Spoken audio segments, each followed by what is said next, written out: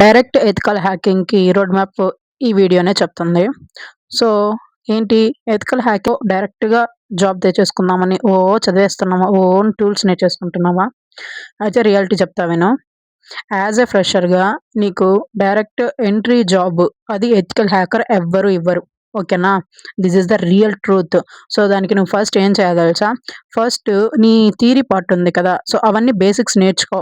OS parts అన్నీ నేర్చిపెట్టుకో basics.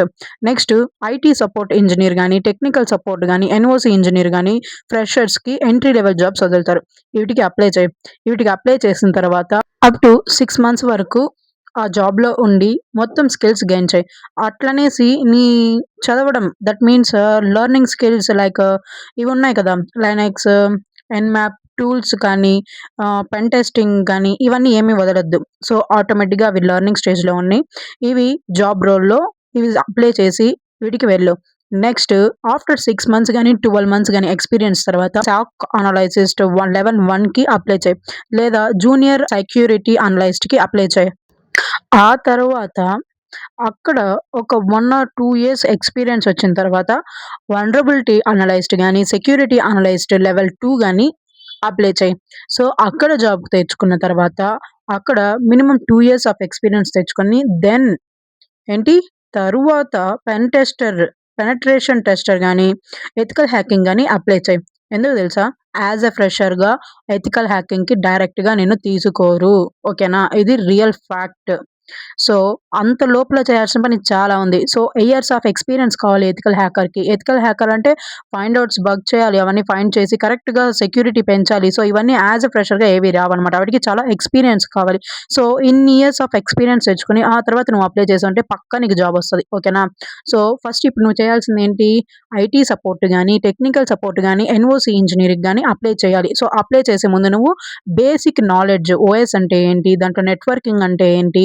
ఇంకా ఆపరేటింగ్ సిస్టమ్ ఎలా ఉంటుంది? నెక్స్ట్ అందులో కమాండ్స్ ఏమి? లైనక్స్ అంటే ఏంటి?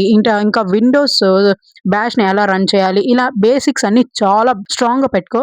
After that you can crack it.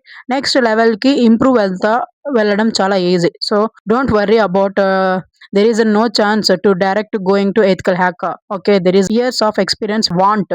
So, that's why. So, don't worry.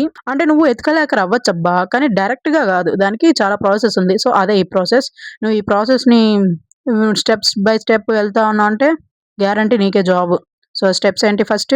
First నీకు బేసిక్స్ నేర్చుకొని స్టెప్ 1 ఐటీ సపోర్ట్‌లో గాని, ఐటీ సపోర్ట్స్‌లలో ఎంట్రీ జాబ్ తెచ్చుకొని, ఆ తర్వాత సాక్ లెవెల్ 1 నుంచి తర్వాత సాక్ లెవెల్ 2కి వెళ్ళి, తర్వాత నువ్వు ఎథికల్ హ్యాకర్‌గా దూసుకెళ్ళిపోవచ్చనమాట. మళ్ళీ నిన్నెవరు ఆపను గూడా ఆపరు.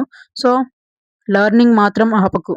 చదవడం చాలా ఇంపార్టెంట్. సో, బేసిక్స్ స్ట్రాంగ్ చేసుకొని, తర్వాత నువ్వు మిగిలిన టూల్స్‌వి ఇవన్నీ బాగా చదువు. ఎందుకంటే లెర్నింగ్‌ని ఎక్కడైనా ఉంటుంది. Learning is must. Real truths about cyber security ఇంకా చాలా ఇన్ఫర్మేషన్ కావాలి అనుకుంటే కామెంట్ చెయి. నీకేదైనా డౌట్ ఉంటే కామెంట్ బాక్స్‌లో చెప్పు. అండ్ సబ్స్క్రైబ్ చేయడం మర్చిపోవద్దు. Like and comment.